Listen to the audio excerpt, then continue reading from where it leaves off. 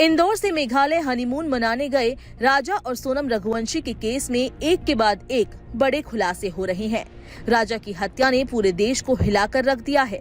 दरअसल राजा की हत्या के पीछे कोई और नहीं बल्कि राजा की पत्नी सोनम का ही हाथ है।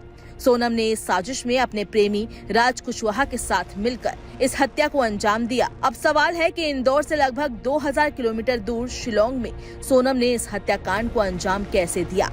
बता दें कि सोनम और राजा के परिवार की मुलाकात एक ऐप के जरिए हुई थी। दोनों का रोका 11 फरवरी को हुआ था, लेकिन सोनम इस रिश्ते से खुश नहीं थी।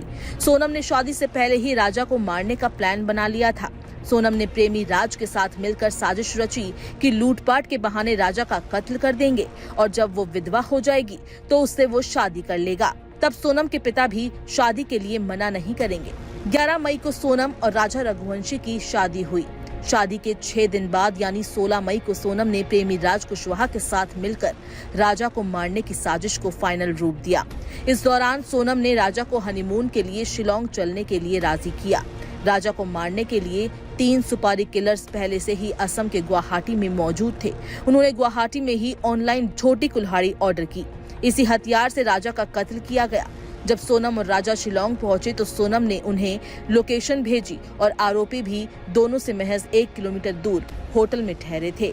पुलिस ने जब आरोपियों से पूछताछ की तो उन्होंने बताया कि 23 मई को फोटोशूट के बहाने सोनम पति राजा को कोरसा इलाके में मौजूद पहाड़ी पर ले गई। सोनम जानबूझकर थकने का बहाना करके पीछे चलने लगी। वहीं तीनों आरोपी राजा के साथ चल रहे थे।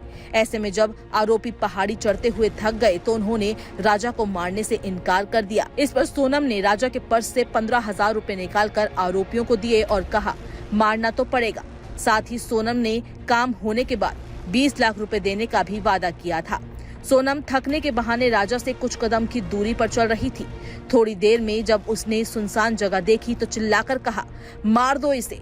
शनिवार को मेघालय पुलिस को एक सीसीटीवी फुटेज मिली जिसमें सोनम राजा से थोड़ी दूर पर खड़े होकर किसी से फोन पर चैटिंग कर रही थी। पुलिस ने जब सोनम की कॉल रिकॉर्ड्स खंगाली तो आरोपियों का सुराग मिला। सभी आरोपियों की लोकेशन इंदौर में मिली, जिसके फौरन बाद पुलिस एक्शन मोड में आ गई। राजा की हत्या के बाद सोनम ने फोन भी तोड़ दिया।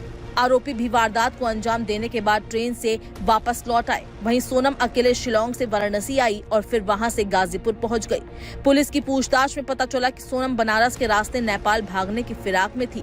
हालांकि इसी बीच जब उसे प्रेमी समेत सभी आरोपियों की गिरफ्तारी का पता चला तो उसने गाजीपुर में सरेंडर कर दिया।